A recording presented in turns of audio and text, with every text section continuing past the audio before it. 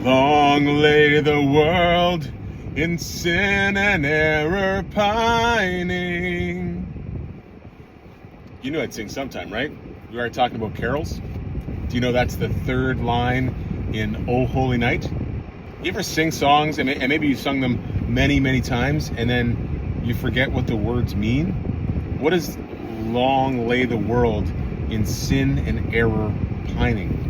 It's kind of a strange line, especially in our English today.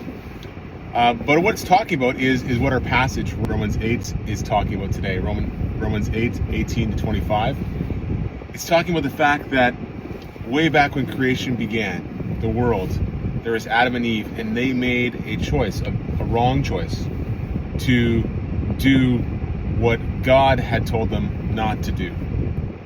And so when they did that, sin entered the world. And it didn't just impact them. Eventually, they died because of it.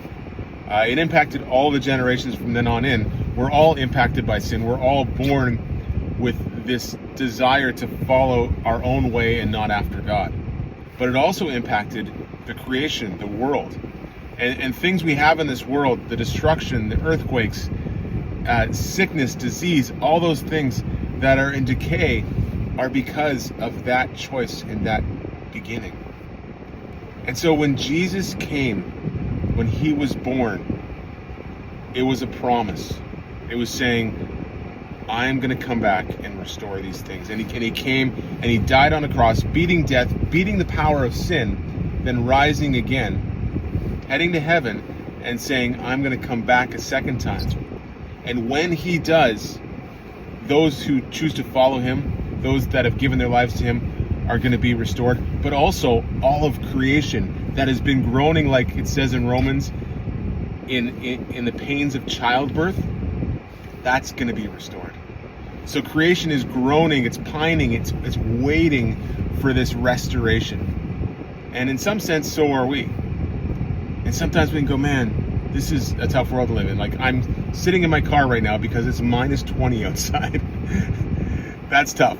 But more than that, our lives can feel the weight of the world and we can struggle. But we need to wait patiently for the return of Jesus. Be faithful. And he will give us that. He has given us hope. He will fulfill that hope in his return. And so we wait with creation in sin and error pining. And we ask that God would transform us and transform his creation. Hope that's a good word for you.